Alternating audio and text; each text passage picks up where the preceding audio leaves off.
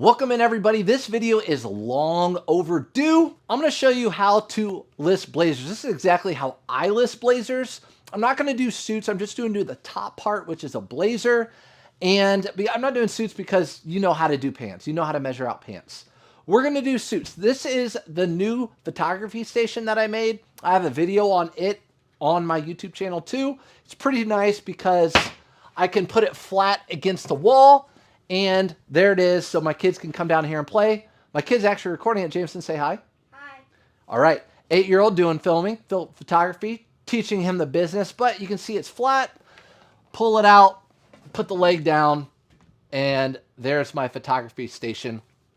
Super cheap. This is under $100 to make. And I have a video on it. And then the lights and everything are on surfsthatfinds.com. Like always, you can see what items I use in my daily reselling business.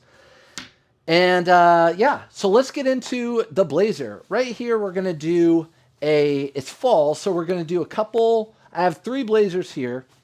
And I'll tell you really quick, we'll do a little learning lesson, the different patterns.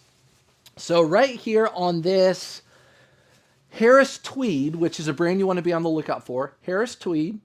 This is a herringbone pattern. Herringbone pattern, if you see that. This is just a tweed, so really thick wool. This is a Pendleton. Really good, obviously, for the fall as well.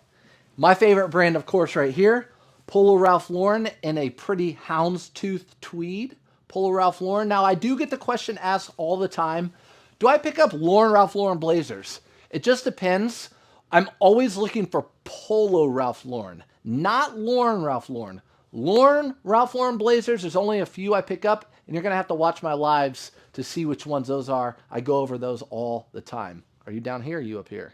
You didn't mess up? Okay. All right. Let's get into it. Again, flat lay. The best looking blazers, my opinion, are on mannequins, but I'm not spending the time to do that. With me, it's all about efficiency, and you're going to see why. At the end, you're going to see the final photo I have for my thumbnail, which means it's the picture that everyone's going to see when they're scrolling on their mobile device or on their computer to buy my item. So here it is, flat laid down. What I'm going to do first, come on in, JMO. I'm going to unbutton it.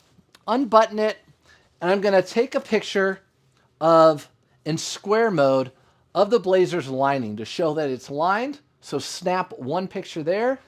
And then I'm going to take a close-up picture of this label right here. I'm going to take a close-up picture, and I'll show you why later, of the label right there. There's nothing on this phone. This is just for fun and games. All right, and then we're going to button it back up. So label or a picture of the inside lining and a picture of the label. Now, there is no size on this blazer, which happens a lot with vintage blazers, this one being vintage. So I'm going to show you exactly how to figure out the size too. We're going to lay the blazer down. First thing I like to do are get the main pictures out of the way. So we have just our flat lay, regular picture of the front. I'm going to take that in square mode. Took that picture. Then I'm going to actually take a picture of the button with the background of the pattern, that houndstooth pattern. So again, it's fake, but I'll show you what it looks like here. Pattern. And then now we're going to get to measurements. So I got the front. I got the pattern of the button, the label, and the inside lining. What I do, come on back here, Jameson, Mr. Photographer. What I'm going to do is take pictures of my measurements. I don't write down my measurements because that's just extra time wasted. I take pictures of my measurements for 2 reasons.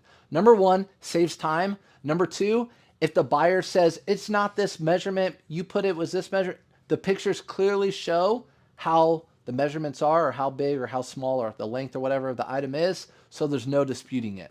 All right, back over here.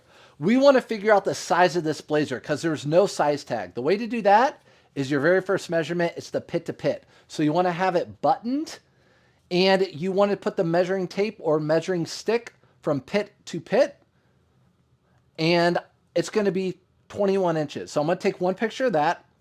It's 21 inches, so that means it's 42. You double it. You double the pit to pit. 21 plus 21 is 42. The size of this blazer is a 42. Now, when I don't know if it's a long, regular, or short, I just leave it blank when it comes to that. And then I'm going to take a picture of the sleeve. So the seam up here on the shoulder to the bottom, picture. And then I'm going to take a picture from the neck down all the way the length down here. And I like to do it on this front side because people can see the length of the back and the front. You can do either side. So I'll take a picture of that, hold it there, boom, done. So I have all those pictures, measurements already done. I'm not writing them down. I'm not taking the time to write them down now or put them in my listing later. It's already done. Take a picture of the back. And what I like to do with the back always is I like to fold over the vent so people can see what type of vent it has. This is a single vent. Sometimes blazers have double vents or no vents at all. This is a single vent. So I'll square this up, take a picture of that, and that's it. So those are all the pictures I take for a blazer. And I'm going to show you exactly what the final thumbnail is going to look like right here after I put it together. There are multiple different apps you can use for this. I use one called PicStitch. I use the free version because I don't list a ton of these that often. That's exactly how I do blazers. I've been doing this for a while now. I've been reselling clothing for 10 years. A lot of you know that. If you have any other questions on how I take pictures, list, any processes, go ahead and put them in the comments below. And also, you'll see everything else I use below, but I'll see you in the next one. Bye, everybody.